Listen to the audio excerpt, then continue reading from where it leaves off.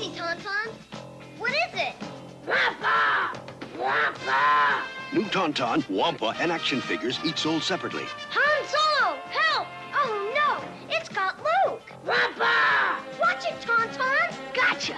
New Tauntaun comes with an open belly rescue feature. You'll be okay, Luke, as soon as I chase away that thing. Wampa! Wampa! New Tauntaun and Hoth Wampa and other action figures, each sold separately from Kenner's Star Wars, The Empire Strikes Back collection. It's the Star Wars X-Wing Aces target game. Instruments check! Attack! Attack! TIE fighters, get him, Luke! Nice going, Donnie! Good shot, kid! You got him! Good score, kid! Time's right out! The force, Luke! Use the force! I'm an ace! Don't get cocky, Ace. It's my turn! The Star Wars X-Wing Aces target game, new from Kenner's Star Wars collection.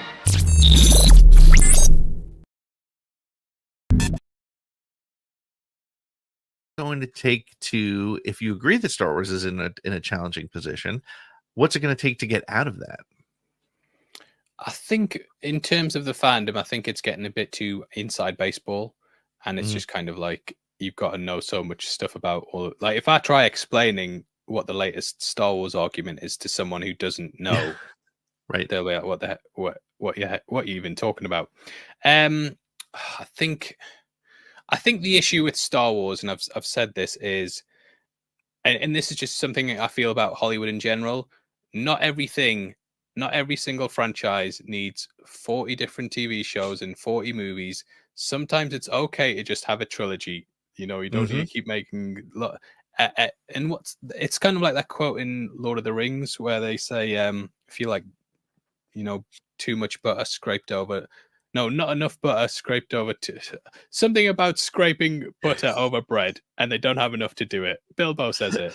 Tolkien's a scholar. He put it in words better than I ever could. It's sort of like they're just spreading this entire franchise as far and wide as they can. And I think, you know, properties like the Skeleton Crew, you know, do you need that? You know, if it's good, is it going to improve the franchise overall? Is it going to save Star Wars? You know, it's not. It doesn't have that much weight behind it to do it. So if it was up to me, I would personally just stop releasing stuff for a while. I would say just take a break, make people want it again, because we've kind of hit a point of oversaturation where people, you know, there's been a lot. You know, there's been some really good stuff, but there's been some misses as well, and people associate, especially I think in general, Disney Plus is kind of seen as almost a mediocre brand and a mediocre streaming platform, because we've had so many middle of the road programs. You know, some people say they're terrible, some people say they're the best thing ever, but even the people who say they're the best thing ever must surely admit that they haven't necessarily pushed the franchise in a positive direction. So I would just take a break. I think in general, just take a break. There's no need to be constantly just releasing this stuff. It's better long term to just make people miss it. And you don't need to keep doing. And I think Lucasfilm have ran into a problem of also disappointing fans, because they've announced so many. Like, it's insane how many projects they've announced that haven't been made or released. We're talking Rogue Squadron, the Lando series, the Rian Johnson trilogy, the D&D trilogy or whatever. The Rey movie could potentially be delayed. I think they'd have to start filming it tomorrow to hit the deadline. And yeah, it's just kind of go into the shadows for a bit and just maybe pull back from the public, and then you've got less people who are constantly arguing with you all the time, and everything you post from the company, they like want to tear it down, and you just don't give them the ammo and just go step back and make something and come out in 10 years when the hate's died down a bit. It's like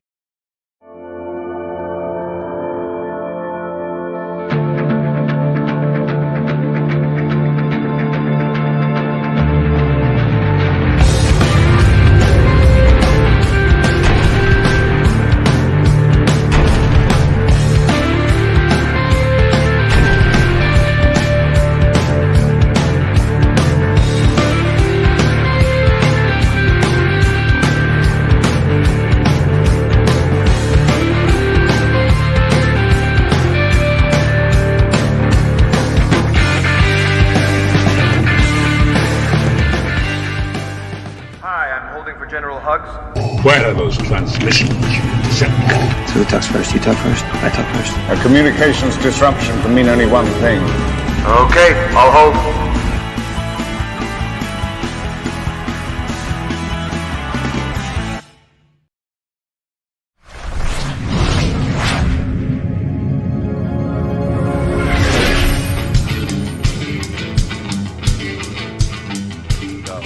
This is proof right here, guys. If you're watching this, you will not meet nicer people. Whoop, I'm going to point up. I think I'm the only person who's ever written Star Wars for film, television, books, and comics. Rogue One was awesome. I love the Han Solo movie, and then, of course, I love The Mandalorian. It's like, that's Big Starklighter's helmet. So how did you know? Because I'm a nerd.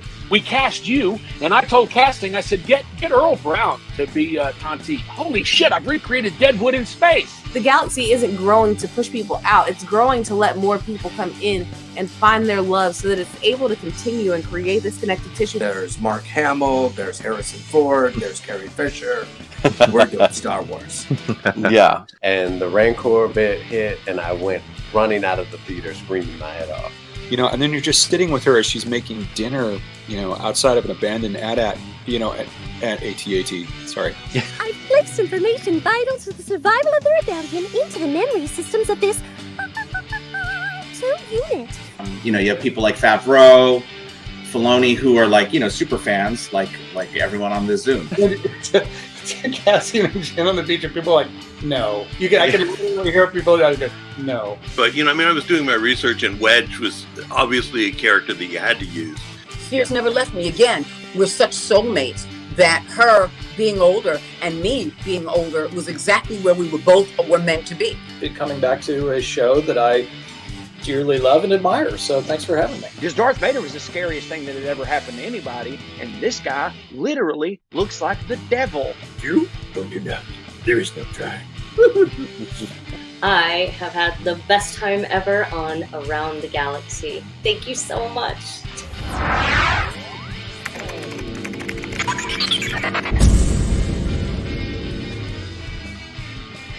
That was one of the greatest intros ever.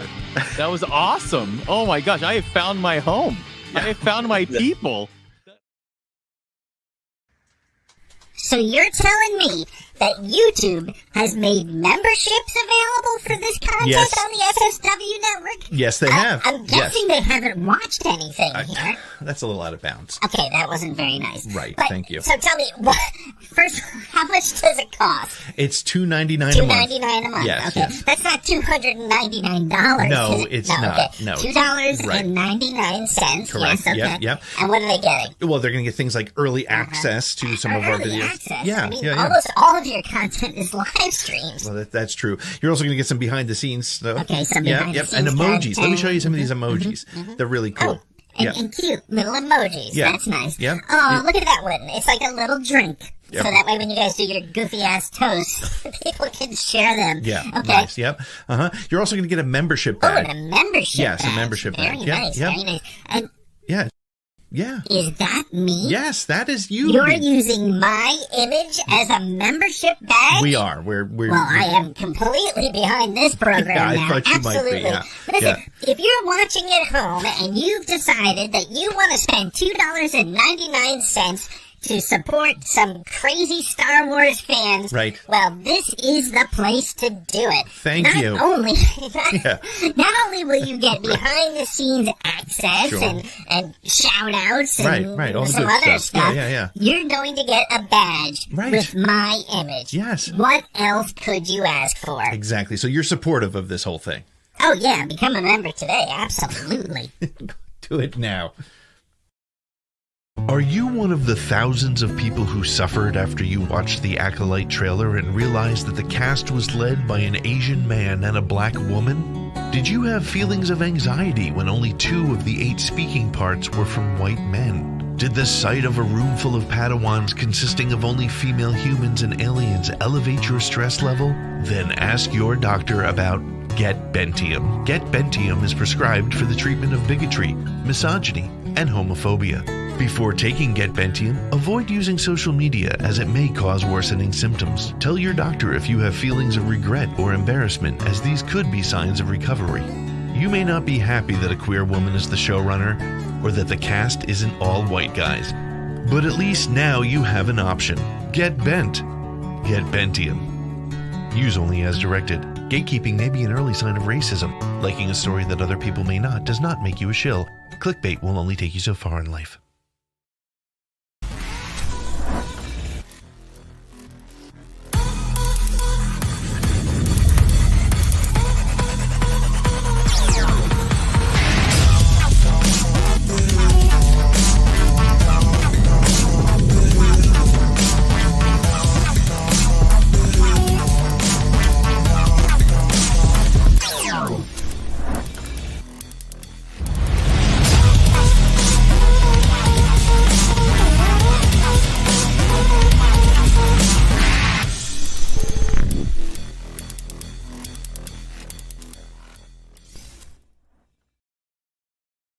What's up, my fellow Gen X Star Wars fam? My name is Chris Rhines from Broaxium. You may know me from ATG's Force Connect that I co-hosted with Pete and Nick.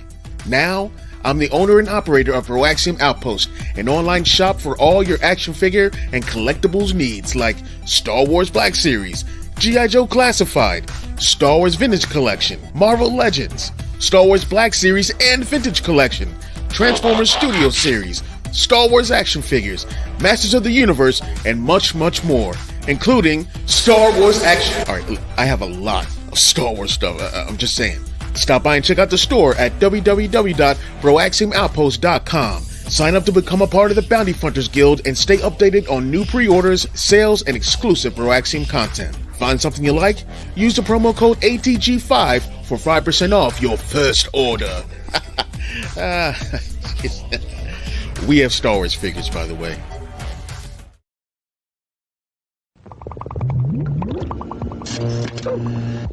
R2?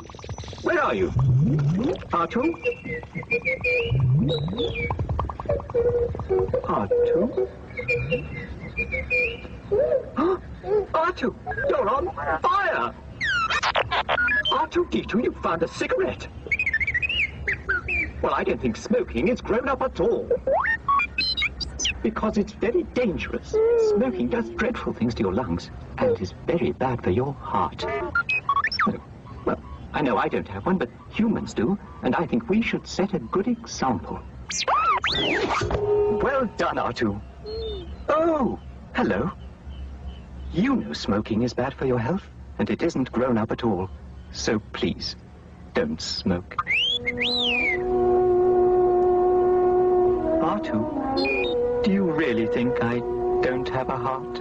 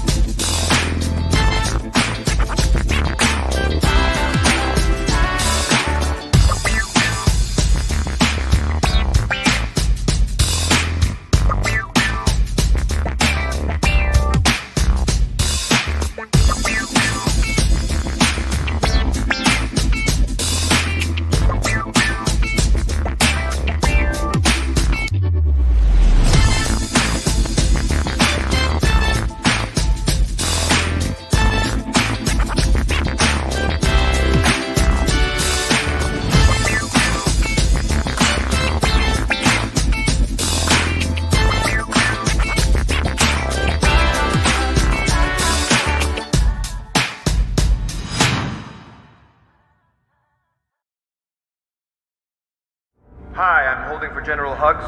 Where are those transmissions you sent?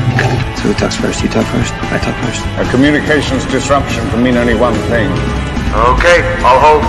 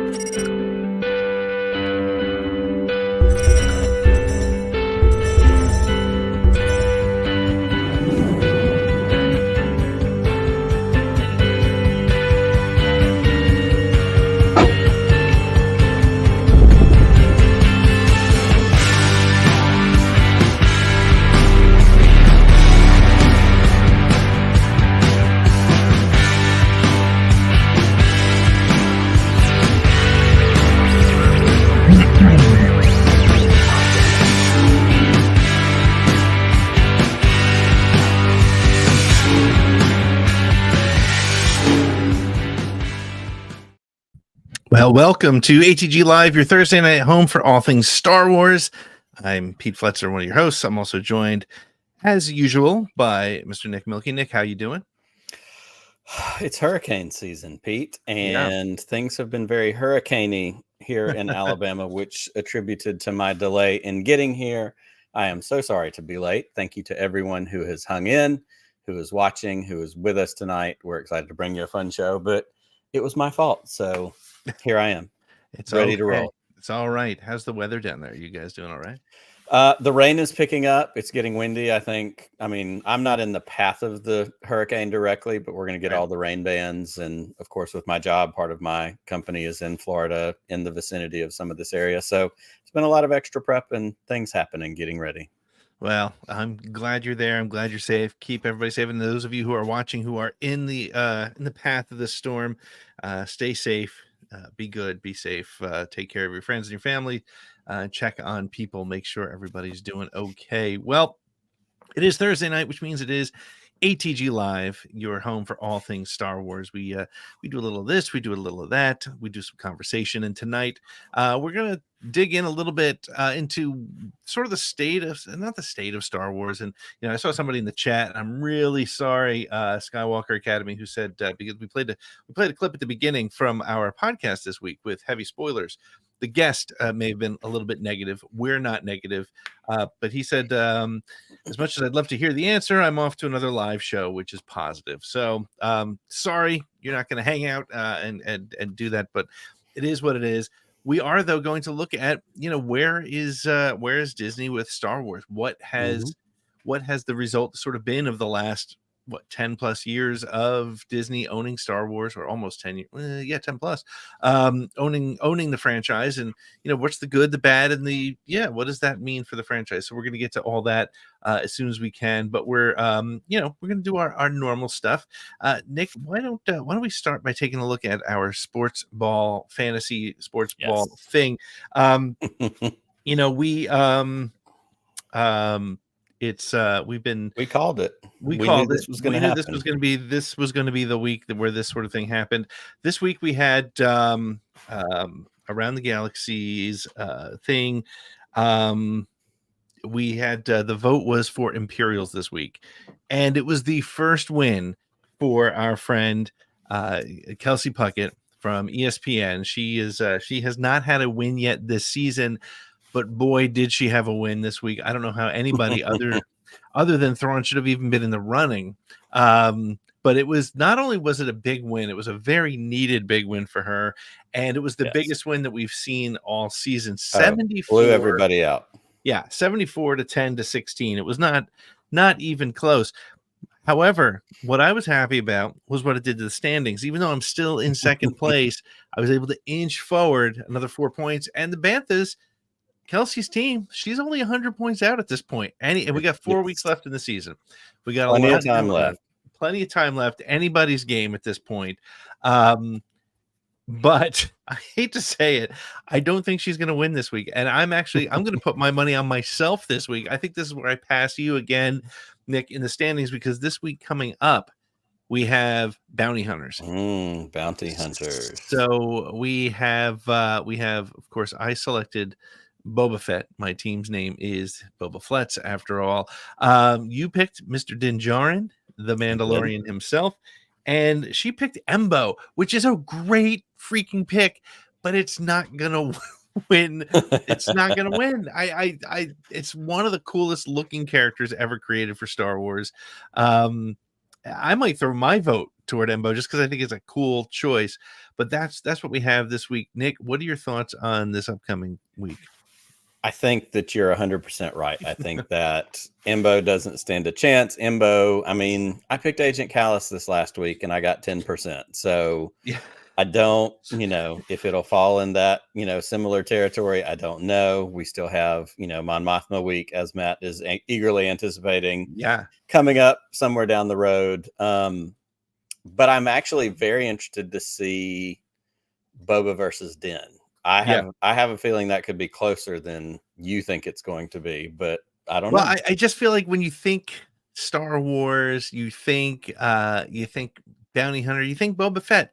So I think it, but I do feel like there's that next generation. We'll even talk about it when we talk about what's happening with Star Wars now. You know, the old school, like Grand Moff Tarkin did not do as well as I expected him to. I knew Thrawn was going to win, but Tarkin didn't get the love that I expected. So, hey, I think it could go anywhere. Just a little preview. We haven't done this before, but let's just take a little look ahead because we have 100 points separating first and last place. The most points you can get in a week is 100 points. The tiebreaker is wins. But this week we have Bounty Hunter. Next week we have Ship. I'm not going to tell you who picked what yet. Then the week after that is the Rebel week, which incidentally, if Nick gets more than 5%, the fix will be in. A bit of a side bet on that one. And then we end with Pilot. So I think we're in for kind of an exciting end to the season. I'm really excited to see where it goes. But hey, you know what? Nick, do you have a toast? Should we do a toast, or do you want to? You do. I do have a toast. Let's hit a toast. All righty.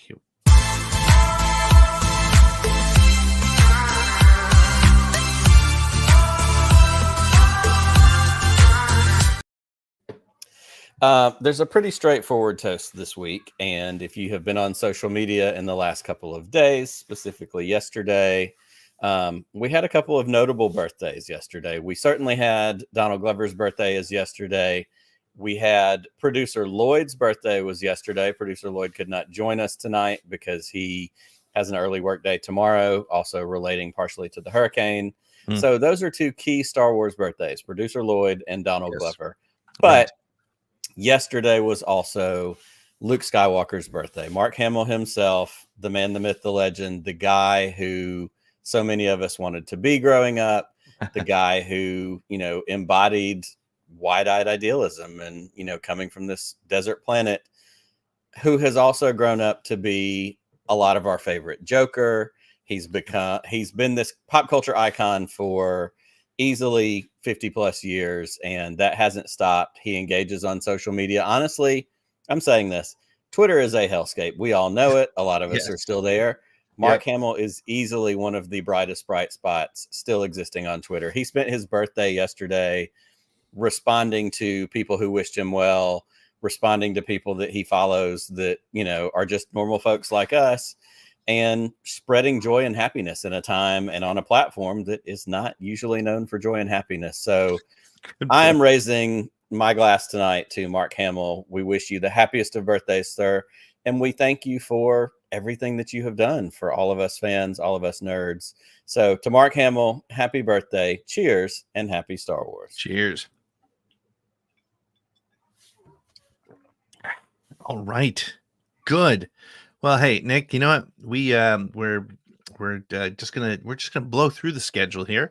We've already run all the ads that we have to, that we're contractually obligated to run. So we're not going to do tonight's. Going to be an ad-free episode after the first 17 minutes. It's like you watched the first part, and now it's like, enjoy this show ad-free by watching all of our bullcrap.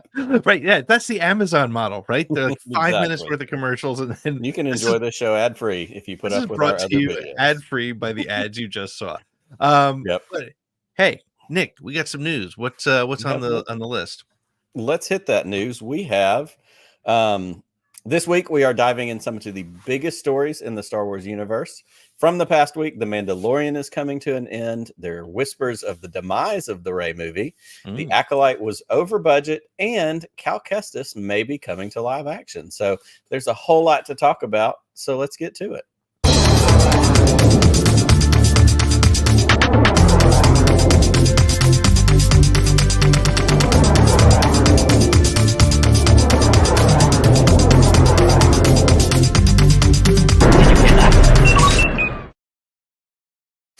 Well, first up, The Mandalorian comes to an end with an upcoming movie. No season 4 is planned. The Star Wars universe has seen highs and lows over the years, but The Mandalorian has revived the excitement for many of us fans with its gripping storylines and compelling characters. However, the beloved series may be soon to meet an unexpected end. According to insider Daniel Richtman, there will not be a 4th season of The Mandalorian. Instead, the saga is going to culminate in a planned movie, The Mandalorian and Grogu, which will serve as the series' final chapter. This revelation comes as a shock to many, especially after showrunner Jon Favreau had seemingly confirmed back in February 23 that he had already written the script for Mando Season 4. Despite this, a reevaluation at Disney has led to some changes in their plans. Pedro Pascal's Din Djarin is expected to continue in other Star Wars projects. The future of The Mandalorian as a series itself seems to look a little bit grim. The film's conclusion will mark a pivotal moment for the franchise, leaving fans curious and hopeful about what's next for their favorite Mandalorian and his small green companion. Pete, how does this hit you? Because we've talked about this a lot of times offline. Yep. I can see this going both ways, but I want to hear, where are you if we don't get season 4, but this main story ends with the movie? Yeah, I love that the article says, it comes as a surprise to many fans. It really shouldn't, really, right? I mean, I think there's a couple things going on at Disney. We're going to get to some of this when we get to even the Rey conversation in just a minute. But Disney is starting to really evaluate where that money's going to be spent. I feel like the Mandalorian season ended extremely well with number 3. I didn't love the season, but I thought the last 5 minutes were everything you needed for that story. I don't think we need a season 4 of The Mandalorian, especially if we're going to get a major motion picture that's going to bring those characters back, put them into the heat of something exciting. I don't think continuing it on Disney Plus is necessary. So I'm not shocked and I'm not upset about it, to be honest with you. Okay. And I can get behind that. I think the question for me is, and I could go either way as well. As I have said too many times, if you give me Mando season 4, you bet your sweet potatoes I'm going to watch it. Sure. I'll be there day one. I'll be obnoxious about it, all of the things. Right. But if I don't get that, I love the way the season 3 ended on that porch. Yeah. Seemingly they've got a home. They're together. That story writes itself. The future adventures write themselves. I'm more interested in how is this series going to translate into a movie? Is it going to feel like a fulfilling end if we go, there were 3 seasons of a TV show and they finished it in a movie? Now, there have been canceled shows. Deadwood is one of my favorites. Maybe this is a good example. There were 3 seasons of Deadwood, right? And then 10 years later, we get a Deadwood movie because the show got canceled, too soon. It's a good movie. I enjoy it. Maybe it's not a good movie. I enjoy it because I have affinity for the show and the characters.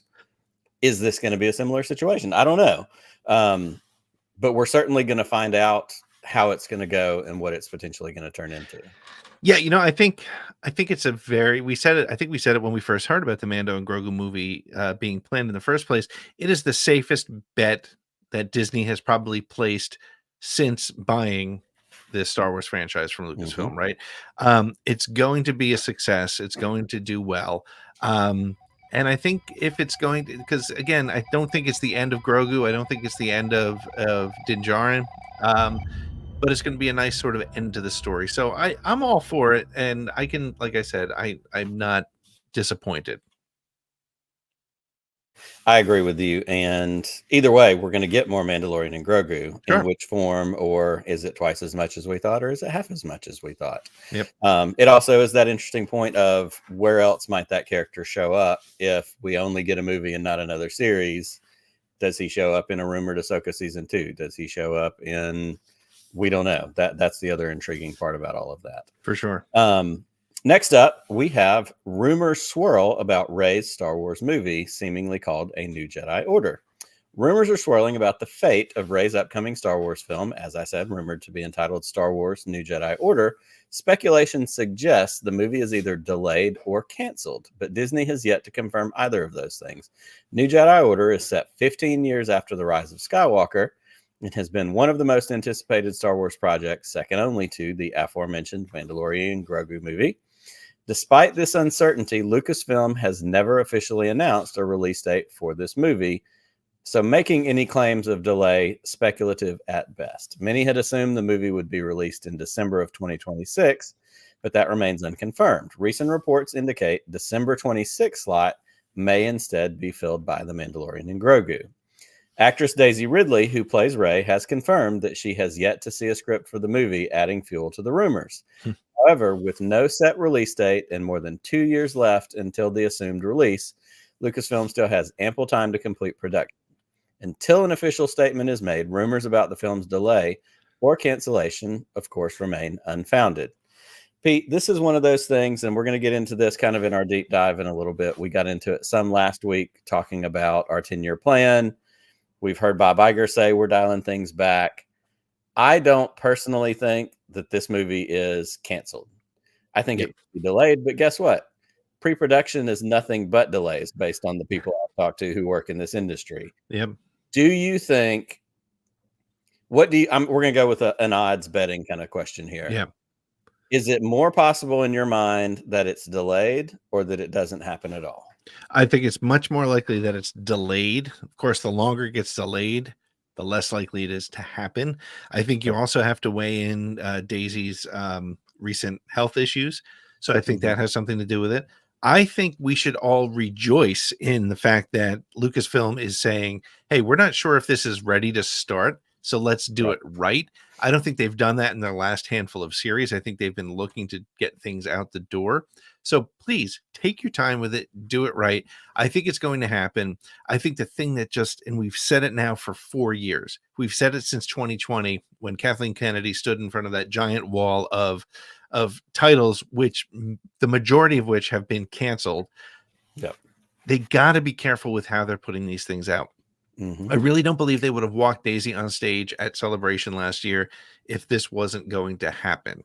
I do think they need to really be honest and open with setting the expectations and saying sometime in the next 7 years, we're going to release these 3 movies and just do that. And keep in mind too, and I think this is the other really important piece, because and your news story said it, nobody ever gave a date for this movie. There was a lot of speculation. Every time somebody saw that Disney was holding a date for a Star Wars project, they were like, this is going to be that movie, that's going to be this movie, that's going to be this one. So I think it's fan speculation more than anything else. It's not Disney making any major moves. Right. And I think that that's exactly the point. I think I said this a couple of weeks ago at something when we talked about Kenobi. I think the 2 surest bets that Disney could make as far as Star Wars goes would be another season of Obi-Wan Kenobi and the Rey movie, because the built-in audiences, even if people didn't super love Kenobi, we want Ewan McGregor Obi-Wan Kenobi back on some sort of screen. Yep. We'll complain about the story. Someone will complain about the stories. That's the nature of the beast. But also the same thing with Rey. Daisy Ridley as Rey is guaranteed to be maybe not be a success, but be a moneymaker, to turn people out, to get people in chairs. And I think at the same time, what we've seen from Disney, bringing her out on stage, making her a key focal point of, presentations, her showing up, breakfast at Disney, at Lucasfilm. Right. Like, I think they're committed to it, but I also agree with you completely. The fact that they're willing to go, let's do it right. Let's take our time. Sure. Daisy's also at the right age. And with Rey, that if it takes a couple extra years, age isn't going to matter. Like the character, the ages are comparable for, they can do this when they want to on the time frame they want to. And I think that's a positive. It's kind of like my comment about video games last week. Just don't tell us. Just surprise us with, hey, here's the thing we did. Yep, for sure. For sure. Yep. So our next news story, this is a tough one because this has been a conversation that has been going on pretty much since July. The Acolyte exceeded budget by $50 million. Disney Star Wars series, The Acolyte, did reportedly exceed its production of $180 million budget, racking up costs of nearly $230.1 million during post-production. Initially forecasted to stay within the budget, the show, which debuted in June of 2024, faced a significant backlash, facing and leading to its swift cancellation of a potential second season. Despite its promising start, which amassed 4.8 million views on launch day, The Acolyte quickly lost favor with audiences, plummeting to an 18% score on Rotten Tomatoes due to accusations of being woke and poor storytelling. We know how those hollow comments come about, but that's not what this story is about. Critics highlighted the show's uneven dialogue and narrative flaws, while the diversity of its cast drew polarized opinions. Disney chief executive Bob Iger expressed frustration over recent productions, emphasizing the need to prioritize entertainment over messaging. As the streaming giant grapples with an $11.4 billion loss in its direct-to-consumer division, the financial ramifications of the Acolyte raise concerns about future content strategy. These are very buzzwordy kind of things in this story. With production costs potentially rising further due to extensive visual effects, Disney's investment in the series may not yield the returns they hoped for. We've said it from the beginning. We've said it since we found out they weren't going to make more Acolyte. This was a business decision. This story was in 100%. Forbes today. Yep. And this only seems to solidify, and that wasn't our original thought. Many people with a level head that aren't just willing to scream the word woke out that they don't understand what happened with the Acolyte was it cost too much money and it didn't get a return on the money that it cost. Yep. Pete, this is, a bigger Disney conversation. We've seen it in some of the Marvel stuff. Slow down. Don't make as much. These things all cost. When you're putting out 7 TV shows and 3 movies a year like Marvel is, when you're doing all these different things. We said it last week, but talk about this from a PR and marketing standpoint. That's your professional background. Mm-hmm.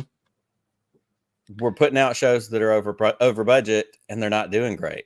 From a marketing standpoint, that seems like, hey, we probably shouldn't do that. But speak to that from your landscape. Yeah, well, then I think it's also interesting that this has come out after Disney still hasn't put out an official word that the Acolyte's been canceled, right? There's been no press release or marketing that the Acolyte has been canceled. But word has gotten out that it costs too much. So I think that just reinforces what we said before. It was math that killed the Acolyte. It wasn't the big mouths on social media, although they would love to take credit for it. And I think that's the biggest challenge here too, because honestly, and I will get some shit for this, but the reality is I don't know where $180 million went into this show. I sure as hell don't know where $230 million went. $250 million went into an 8-episode show at 40 minutes an episode. And some of it was the worst looking Star Wars that we've seen on television. I mean, those speeder bikes, some of just the details. But I think from a marketing perspective, they can't spend $250 million on something that has a great first day and then a first week and then drops the way it does. As I said, with heavy spoilers on the podcast this week, Disney doesn't make a lot of money on the television shows and the movies themselves. Yes, they're, the more it makes, the more they make, etc. But it's about selling merchandising and selling commitment and loyalty to the franchise and selling action figures. Very few people, not nobody, very few people are clamoring for their Yord and Jekki action figures. Very few people are. I couldn't, if I saw one of the ships from the show again on a toy shelf, I don't know that I would recognize it. So they spent a ton of money on this and the return was not there. Leave all the woke stuff out. Leave all the alleged woke stuff. Please let me be very, very clear about that. And that commentary, the political commentary, nothing to do with the show. It wasn't executed well. It wasn't the best looking show. It did have some of the best lightsaber battles we've seen in a while, but overall, the show just didn't connect. And at $230 million, it's not going to happen again. Yeah. And it's tough. And you have to be concerned about what kind of trickle down does this have to potential future other TV projects. Is there an Ahsoka 2 on the table? Is there Kenobi? Well, that's where your Mando season 4 went. I think that's where your Mando season 4 went. We're putting money in to the movie. We're not going to give it another season for whatever that cost is, $150 million, whatever. So, things in the can. Skeleton Crew comes out in December.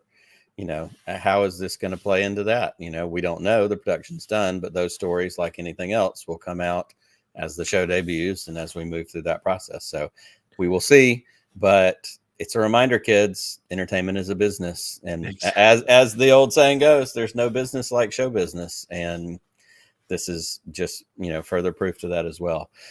Pete, we have one more story, as we typically do on most weeks. Cal Kestis seemingly coming to live action. What? Star Wars Jedi protagonist Cal Kestis may soon make his live action debut, according to a leak from insider Daniel Rickman. Very busy man this week. Yeah. The popular video game character is reportedly set to appear in an upcoming Disney Plus Star Wars series. although specific details remain scarce. Surprise, surprise.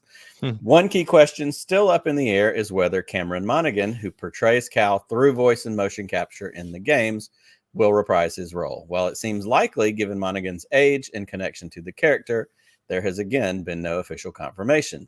As far as which series Cal Kestis will appear in, speculation points to either a new undisclosed Star Wars show or possibly Andor Season 2. With Andor set in 5 BBY and Star Wars Jedi Survivor taking place in 9 BBY, the timelines are close enough for an appearance to make sense. Regardless of where he shows up, fans, myself included, eagerly await confirmation as to the possibility of seeing Kestis in live action grows stronger.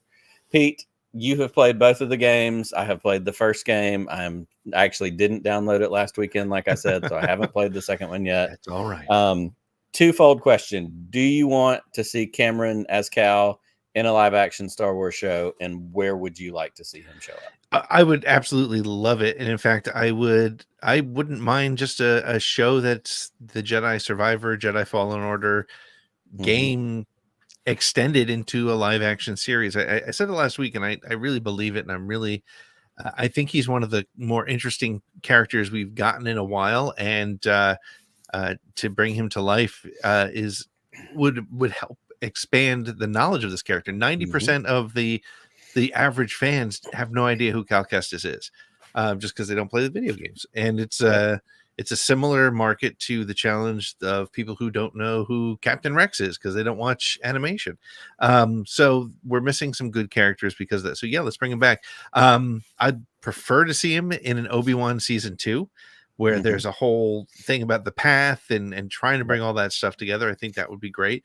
But yeah, I can see him in Andor season 2, although I'm very curious to see how much Jedi stuff, if any, any Force stuff shows up in Andor. I think, that's one of the benefits, or one of the key features, if you will, of Andor and Rogue One is the limited role that the Force plays. So yeah, give me him in an Ahsoka or a Kenobi season 2. That would be great. I could see that. I would love, we have said many times, I would love to see some more stories about the path. I would love to see Cowlin Roken make another appearance, get O'Shea Jackson back in Star Wars. But hear me out. Here's another opportunity. And I like how this story does say, we don't know where it could it possibly be in an unnamed upcoming series? I don't think this is even something on the table, but I should have put this in my 10-year plan last week. Give me a Star Wars series, make sure that everybody knows it's limited right up front.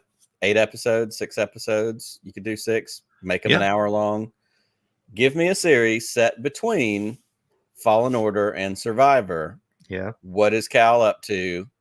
Cast our friend Deborah Wilson, bring her back as Seer in live action. There could be some good stories in there. There could be some path connections in that, the earliest beginnings of the path.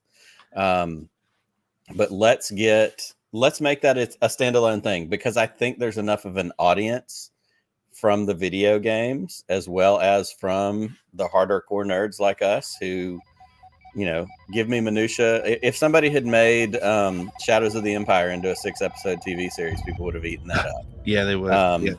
So let's do that. We've seen Halo TV shows. We've seen, for crying out loud, Last of Us season 2 trailer dropped today. Right. Oh my gosh. There yeah. can be some video game things that translate into successful live action things. And I think this one would be easier than maybe we think it could. And it would give us some good Jedi stuff, which everybody's always clamoring for. Absolutely. And the breadcrumbs were there, no pun intended, with the path stuff that appeared in Kenobi. So yeah, so let's do it.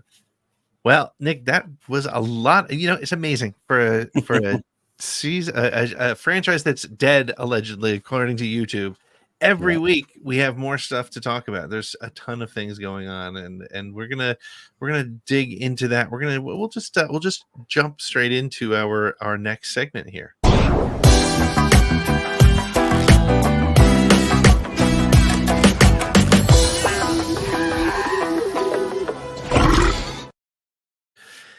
We did have an extra video in there, and it was that one, and I'm glad we played it. Well, so Nick, you know, we touched on it during the news a little bit. Yes. It came up in the Around the Galaxy podcast this week, which, by the way, the podcast is back. We're back 3 weeks in a row, I think it is, with interviews either from this show or that are specific for the podcast. And this week we spoke to Paul from Heavy Spoilers, which is one of those really great breakdown. There's 3 breakdown channels that I watch whenever I watch Agatha or Star Wars or Marvel, whatever. One of them, of course, is our friend Ryan Airy at Screen Crush. Love the stuff he does. I'm a fan of New Rock Stars. We got to get one of those guys on the show. And the other one is Heavy Spoilers, because there's a bit of a sense of humor with it. And Paul's just a great guy. Anyway, in talking to Paul, one of the things that came up in the conversation is something that I've been thinking a lot about is, you know, as a result of the Star Wars content machine, and apologies to Greg Iwinski for calling it content, because I know SAG and AFTRA hate that phrase, but you could almost argue with the deluge of stuff that has come out. You know, I've done videos, and you and I have spoken a lot about, you know, kind of looking at what Disney has done, and it's remarkable how much stuff has come out. What do we got? Like seven seasons of live action. We've gotten Clone Wars. We've gotten Rebels. We've gotten Bad Batch. We've gotten the one that we've always forget, Resistance. Video games. More comic books than even if I did read comic books, I'd be able to keep up with. Novels, but it's so content everywhere. But here's the challenge that I want to throw out, Nick, for a conversation here is all of it is canon. Everything that has come out is canon. And as a result, everything that comes out is another peg in the wall that is unmovable. Han Solo is dead. Luke Skywalker is dead. Darth Plagueis was in the picture 100 years before The Phantom Menace. There's this Osha and May character. There's Boba Fett is no longer the badass from the comic books. He's a reformed politician who's running Mos Espa on Tatooine. So all these things, all these character mutations and all these story mutations, they are now the story, whether you like them or not. And I think that's part of the fuel for the naysayers and the negativity on social media and on YouTube.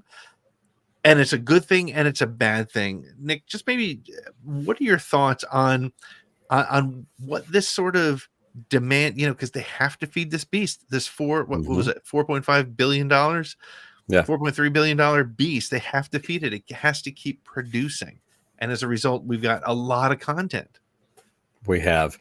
And I have an analogy that I'm going to draw to this in a couple of minutes. But yes, I think it creates we've created an environment. And I say we, like I'm a part of Disney, Star Wars, and Lucasfilm, if we should have made it so, not yet.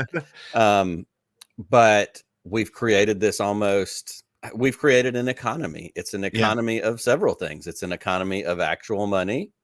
You know, balance sheets, money has to be made, money has to be spent, you know, that P&L, when you look at that ledger and you have to figure out where's our profit, where's our loss, how do we do this, how do we keep it going, is it worth keep it going? Those are business decisions. That's one of the economies that has been created in this, like you said, $4.3 billion acquisition that was made by Disney of Lucasfilm.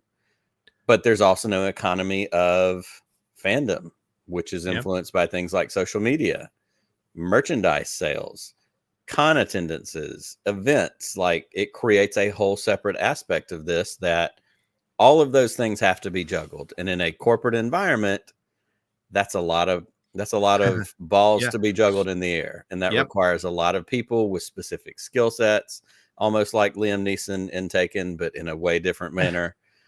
But the analogy that I want to draw to this is, and I know you will know this because this is a band that you have listened to and are familiar with. Do you remember when Metallica cut their hair? Yes, I do.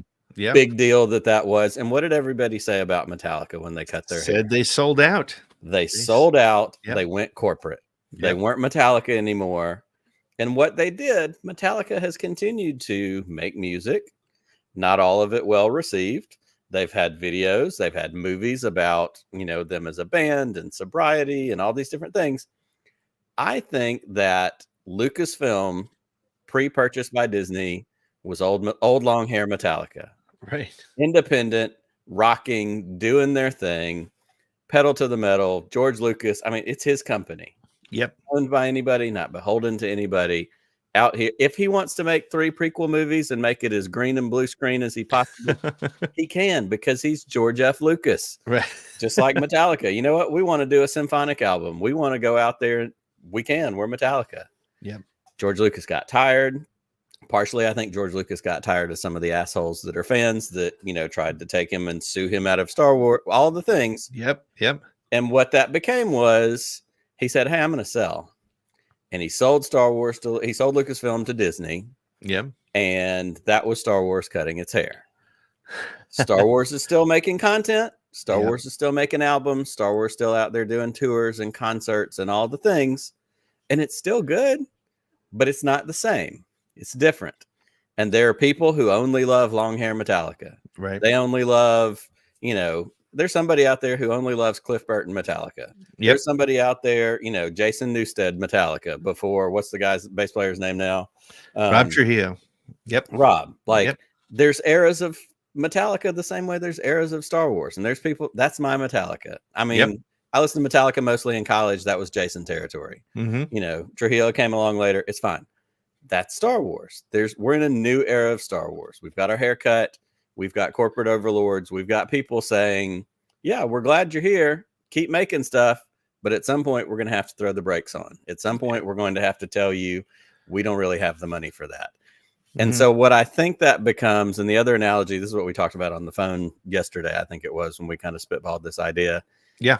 Is there's also a head and a heart factor here. Disney is the head. Lucasfilm is the heart. Because Lucasfilm, and we've seen it through, shows, there's passion, we want to, connect the fans. We want to plug in somebody like Jon Favreau and Dave Filoni who are going to speak to the Remember Wins and the Easter eggs and all the little things. Yep. And there's Disney that's the head going, I bet we can crank out 2 more shows. That has the potential for toys and money and a park edition and all these things. Yep. But at some point, sometimes there's synergy between the head and the heart, and other times those 2 things don't go along.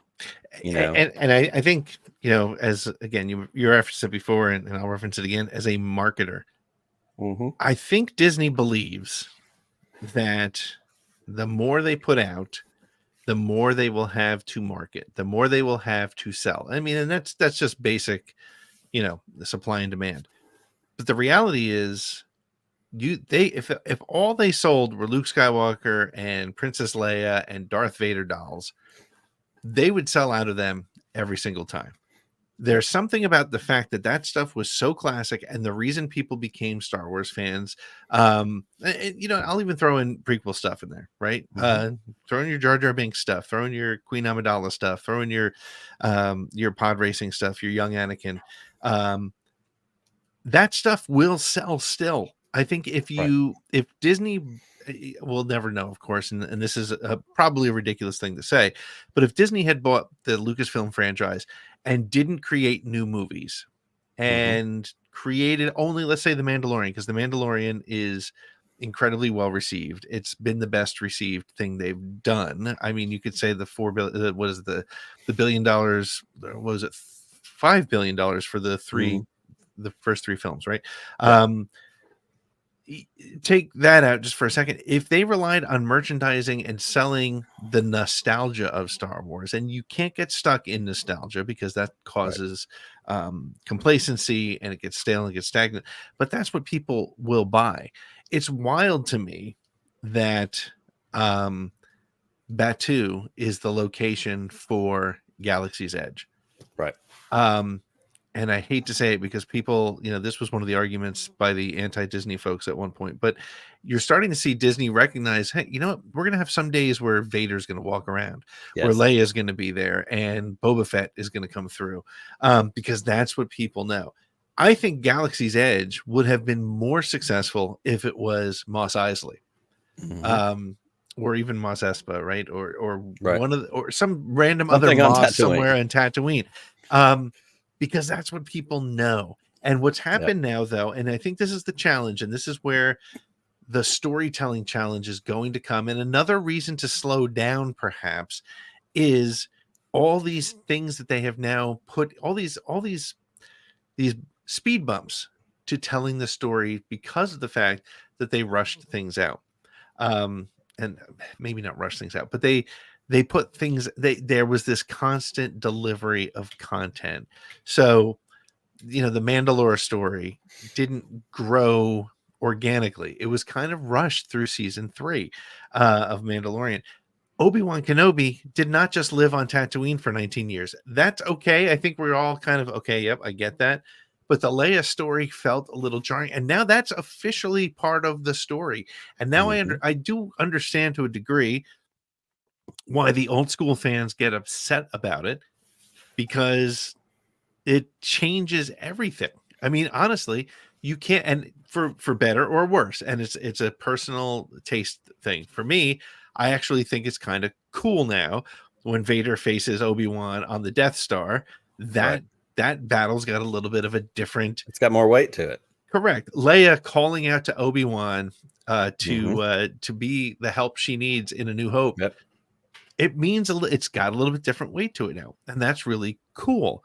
How do I feel about Boba Fett not being? I mean, when Boba Fett returned in Mandalorian season 2 and crushed that stormtrooper's helmet, it was great. That was the Boba Fett we all knew and loved. We heard about. We didn't even get to see. Right, we didn't even know him or his character. Right. We heard that's who he was, but we had no proof of that. All we heard were the rumors and the legend, which created this character, the greatest bounty hunter in the galaxy. Right.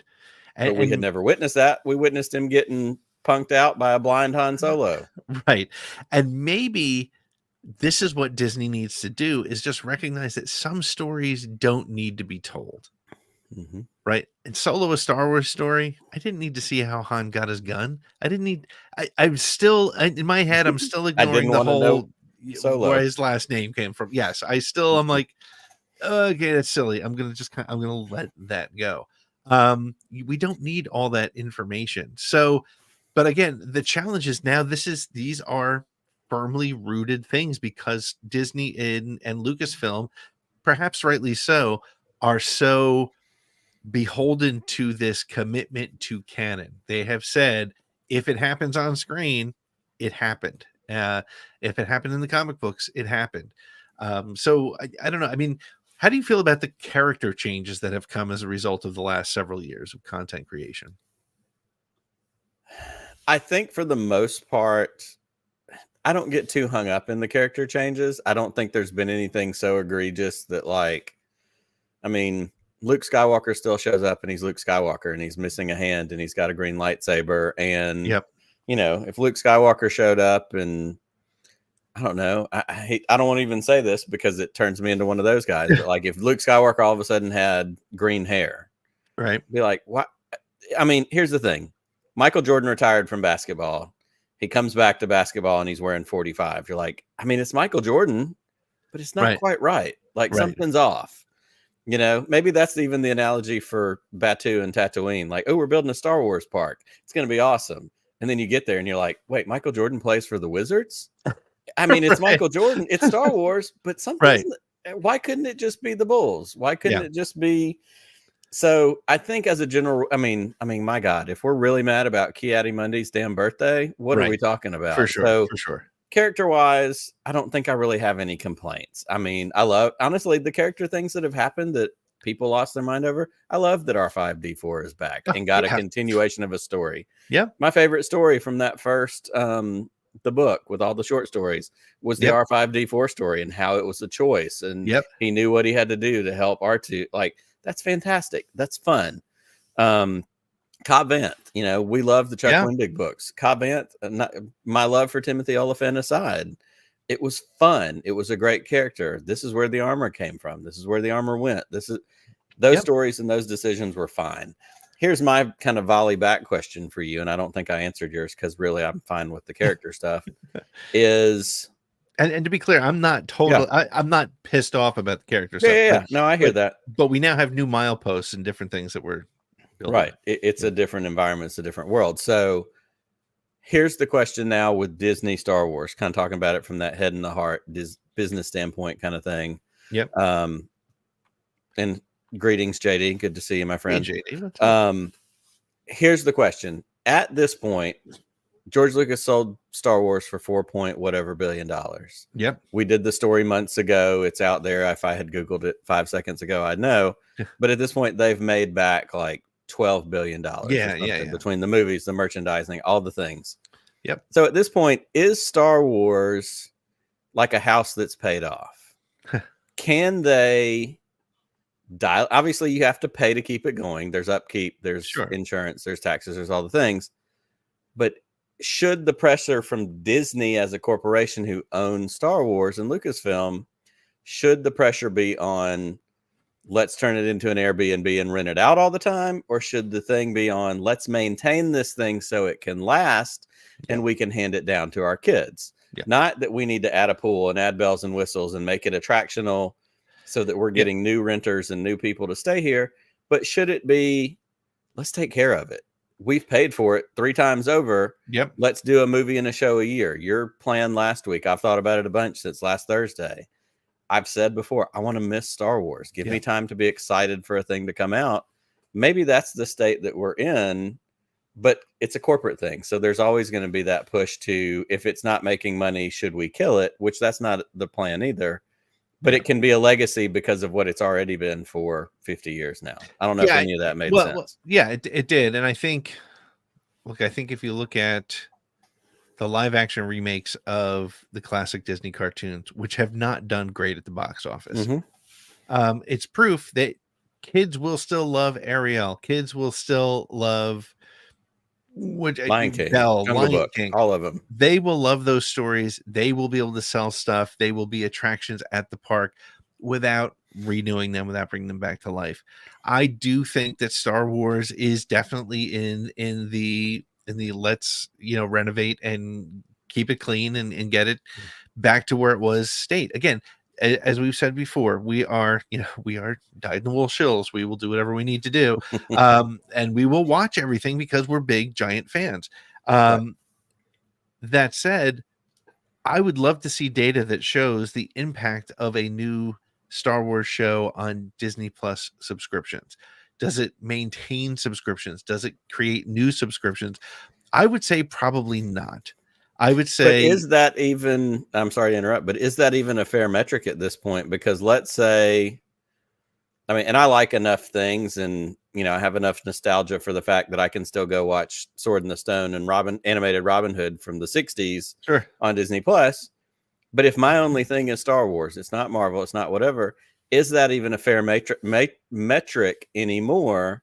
When somebody can go, oh, there's a new Star Wars series, let me do a 3-month free trial of Disney Plus, or let me pay for it for 2 months and then cancel because all I want to see is that Star Wars. But that's exactly what I'm saying. Like, if it's not impacting it, which I would venture a guess that it has negligible impact on subscriptions. I think people look, if they told me there's not going to be another new Star Wars show on Disney Plus for a year, I'm not going to cancel and come back. Correct. No, because I want to be able to watch the other stuff. For me, it's the access, honestly, to. I don't have to have physical media. I don't have to have DVDs taking up shelves in my house. Yep. I can act the streaming thing between Netflix and HBO. Like the fact that I can almost, with exceptions, if tomorrow I'm hit by a weird notion and I'm like, I want to watch Batman Forever. Right. I can go to YouTube or I can go to the internet and search up what is that streaming on, and I can watch it on my phone, in my car, wherever I am. That's appealing to me, which is a weird in between for fans our age of anything.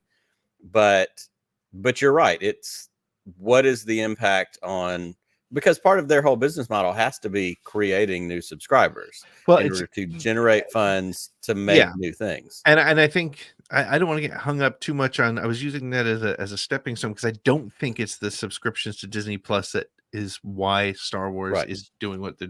I think they think it's going to drive more product sales. It's going to sell more licenses. It's going to. They caught lightning in a bottle with Grogu. That was perfectly timed. And it was because it was so unexpected. It was something that everybody could latch onto, and they could sell, and they still sell Grogu stuff everywhere. If they didn't come out with anything after season 2 of Mandalorian, they would still be selling all the stuff.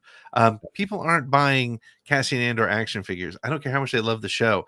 There's not as much of that being bought and sold. So that being said, if we reach a point where it's the care and feeding of this monster, it doesn't mean you need to continue to add to it. I think it's creating it's maintaining it, so that when you go to Batu and you go to Disney parks and you go to Star Tours and you go through something that already exists, I think we can safely move past the need for new content.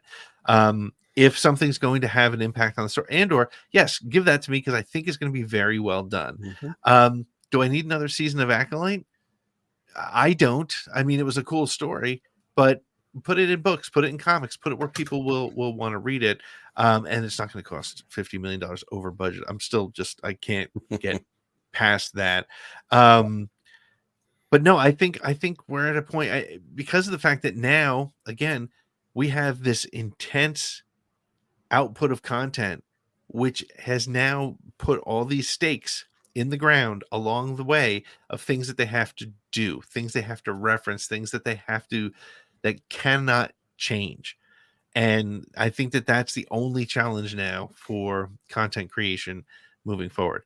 But I think, overall, I think on a scale, let me ask you this, A through F scale, where would you put the management of Star Wars under Disney over the last X number of years, 12 years, whatever it might be? That's a really good question. And it's not one that I have considered as much, just generally speaking, because call me a shill if you want. I'm just a generally positive outlook person. I like that my Star Wars has a home, first of all, because again, we went through all that dark time, all that everything. I have said many times on record, I was very excited when I heard that Disney was going to buy Star Wars, because what I knew about Disney, and certainly the culture that Walt Disney himself infused into this company, obviously long since dead, head still frozen in a chamber somewhere. But I knew that Disney tells stories, and Star Wars is nothing if not story. And that was the single most excited, thing that I was most excited about. Other than, hey, we're going to get new movies, because everybody wants that. But if I'm looking at it realistically, A through F, grading it on a school scale, I think I'm going to give it a C. And I think I'm going to give it a C because C is average. C is not, you're right there in the middle. There's some things that you do well. If you're looking at your average, there had to be some higher, things that kept it from being a D or an F. We're talking about it on an average. We're not grading every single issue and aspect of it. There's some things that are great. There's some things that are not great. There's some things right there in the middle. I think that, and C is potential. I love, we talk about this in my house. I have kids in school. You have kids in school. We talk about grades. Grades mean this, grades mean that. If my kids are trying their best, if they're working their hardest, and I know they've put in the effort, if they get a C, they get a C. That's the way it goes. Right. You and I are huge baseball fans. Here's the thing about baseball. If you bat 350, you're in the Hall of Fame. If you bat 350 for your career, you're in the Hall of Fame. 350 is 35%. It's bananas. Like, it's not. So I'm happy. Would I love to see Disney continue to improve and be better? Bring folks in, preserve the folks that are here, share more stuff, be passionate, and let it be an art form. More than, dollars and cents. I mean, absolutely. But if I'm grading it, I'm going with a C. I would, I think I'd agree with you on that. And I think it's a situation where it's certainly not, it hasn't failed as much as people online will want to tell you it has. It's not at all failed. It's been a very, it's been fun to watch. There's been some great stuff that's come out. There's been some not so great stuff. I mean, but that's just sort of what you get. And that's subjective. That's an opinion thing too, of course. Which is also, and that's not to attack you. I'm just saying, no, you're right. I want everybody who's watching, and as we've gone through this conversation, which I think is an important one to have. I would hope that it's apparent that these two idiots on the screen love Star Wars, and this is not, crapping on the franchise in any way. But yeah, and there's some and I stuff think that that's didn't okay. work So for that's me. a good thing to say, and maybe kind of close it down with. This is how you have conversations about this, right? This is not going on and saying everything they do is crap, everything they do is woke, there's message, whatever. This is us looking at it as fans and saying, okay, we've loved some of it, we haven't loved all of it. Here's what we see as challenges, and this is what you need to do. You need to have conversation, because Disney will ignore the loudmouth idiots who are shitting on everything, and honestly, they are not going to put as much weight into the people who literally love everything that comes out. Because let's be realistic, I don't care. I'm glad we're all Star Wars fans. The way I put it the other day is, I have not loved everything that's come out, but I've liked everything. No, how did I put it? I haven't hated anything that's come out from Disney in their Star Wars era, the Star Wars Disney era, but I haven't loved all of it. So I think that's really a safe way to go. So I hope you're enjoying this conversation. I hope you understand where it's coming from. Yeah. And I think we're gonna wrap up. We got a couple things to hit on the way out the door. We have a guest next week. We have Tim Havelock next week. He's known online as Darkness 429. He used to be one of the hosts of Star Wars and Scotch, which was one of my favorite Star Wars podcasts. I was lucky enough to be on it a couple times, and they've just shuttered their doors just because both guys are just so successful with everything else they're doing. They don't have the time to do it. So we're going to give Tim the chance to talk a little bit of Star Wars with us next Thursday. So make sure to join us live for that. And Nick, next Thursday, there's a very special month that's beginning. I'll turn it over to you. As the kids like to say, it's the most wonderful time of the year. So for those of you that are watching, let me just there has been an awakening. Have you felt it? The dark side. And the light.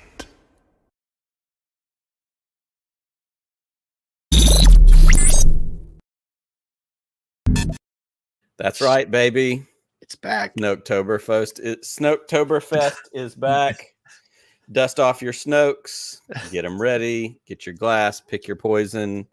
I don't want to get into how many revisions of that video that I made and sent to Pete 2 nights ago, because I was so excited to, tease this out. There's a longer version that'll have to be for the DVD extras at some point.